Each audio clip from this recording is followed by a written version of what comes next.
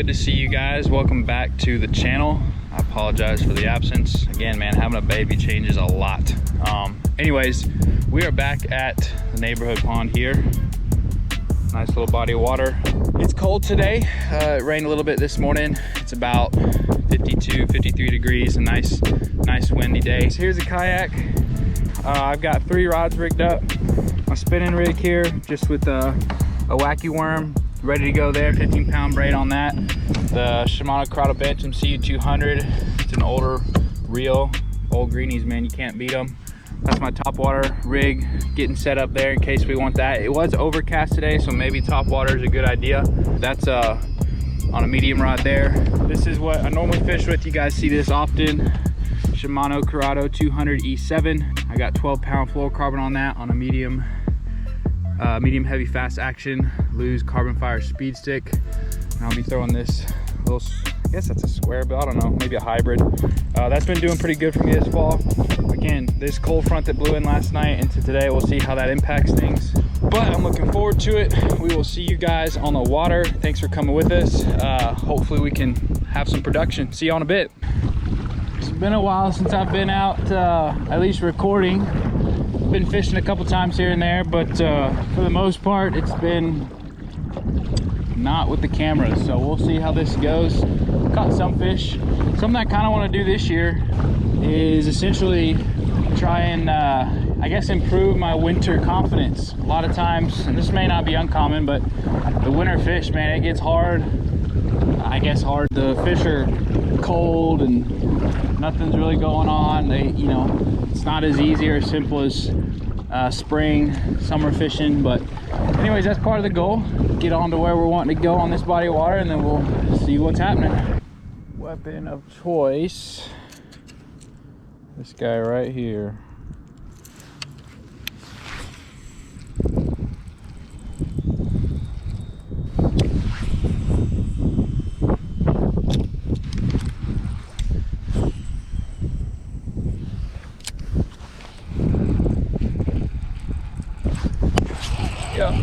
Yep.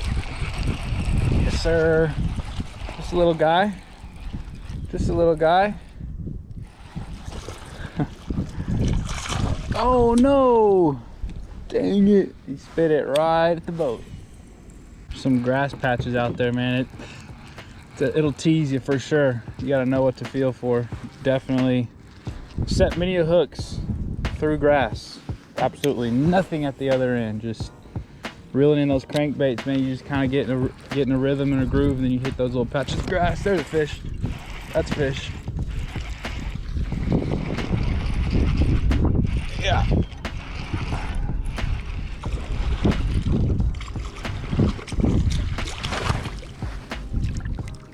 Yee, there we go. Solid.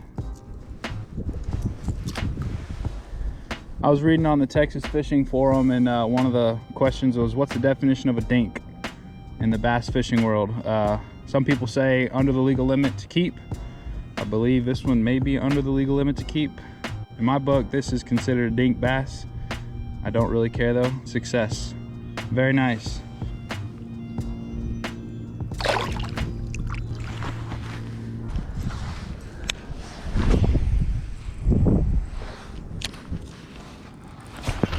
Oh, that was a fish. I think he swiped it, missed it. Dang. Oh, maybe not. Maybe just some grass. See, I'd like to admit that I can, grass, fish, know the difference, but clearly I don't.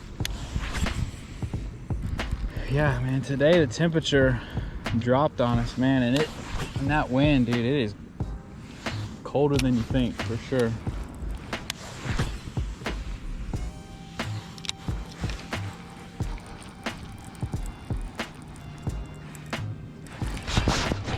There's a fish. There's a fish. Itty bitty. Just a dink. Oh, kind of swiped at it and missed. That is also a dink fish. See you, little dude. Bye. The way I'm reeling this thing in, just from what's been happening, I think maybe I'm casting out into maybe clear water as far as not really a lot of vegetation.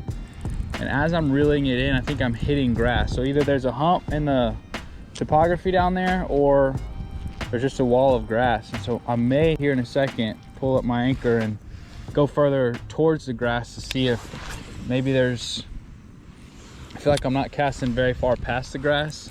Maybe those fish are hanging out a little bit further out.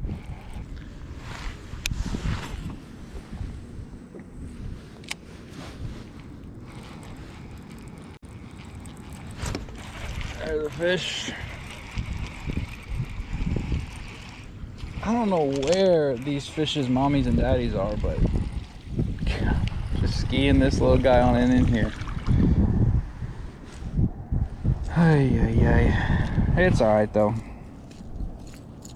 I mean, this is better than what I did last year. Last year I couldn't catch a fish past October to save my life, so. This one's got a little belly eating something down there. There's dink number 3. Ooh, aggressive. See you, buddy. We definitely found a pattern though. I guess chunking it out, like I said, I think there's some a grass line out there somewhere, and those fish are hanging out just on the other side of it. I don't know what their feeding pattern is, if they're in the grass and they ambush something swimming into it. I don't know, but caught 3 fish out there, so figured something out, at least for now.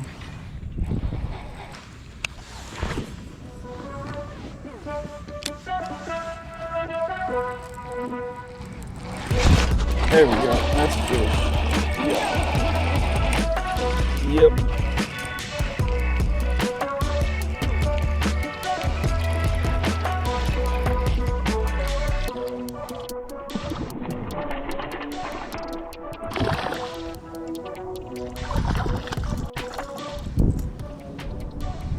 Look at the color on this thing, man.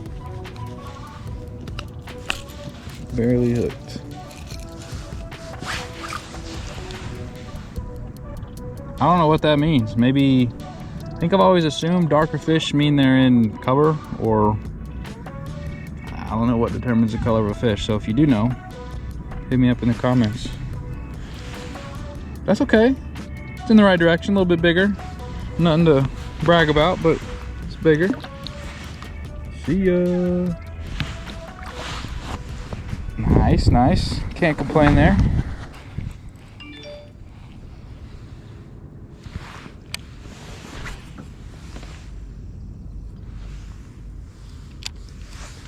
My mom just texted me.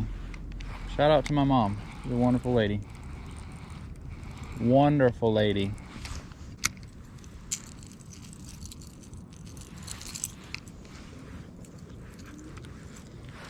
More grass.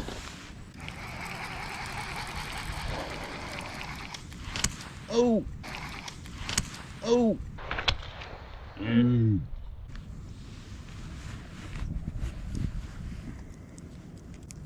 You know, being impatient while fishing has its cons. There's nothing really positive about it. So, let's see here, 5:09. Got a few more minutes of daylight. Grass must just go all the way out there. That's crazy. I went up another 15-20 yards and I'm still getting into it out there. Trying to stay away from it. There's a fish. That's fish. There was a fish.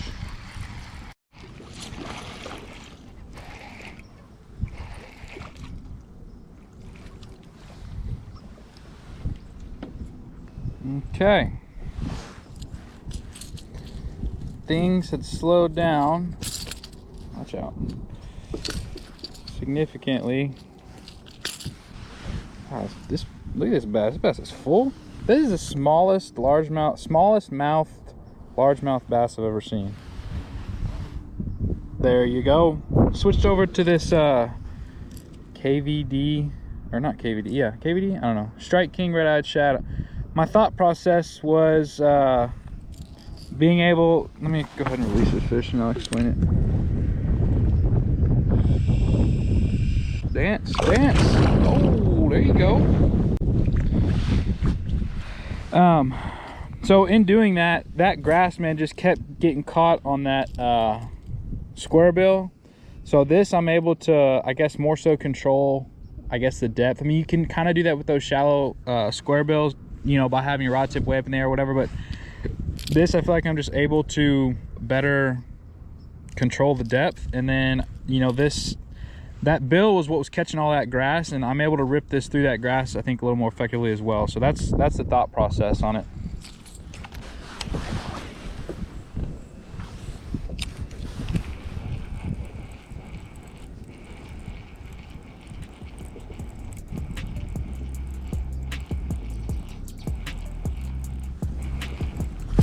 Yep, there. Slammed it. Wow, that fish slammed it.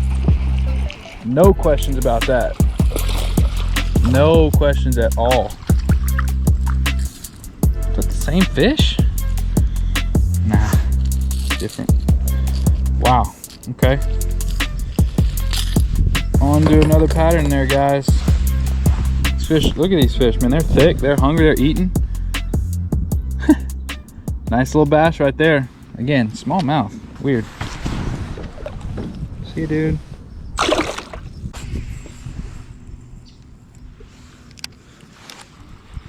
Yeah, this is a little more effective as far as fishing this grass. I'm able to just rip it through it and not have to sit there and take it off of the hooks every cast.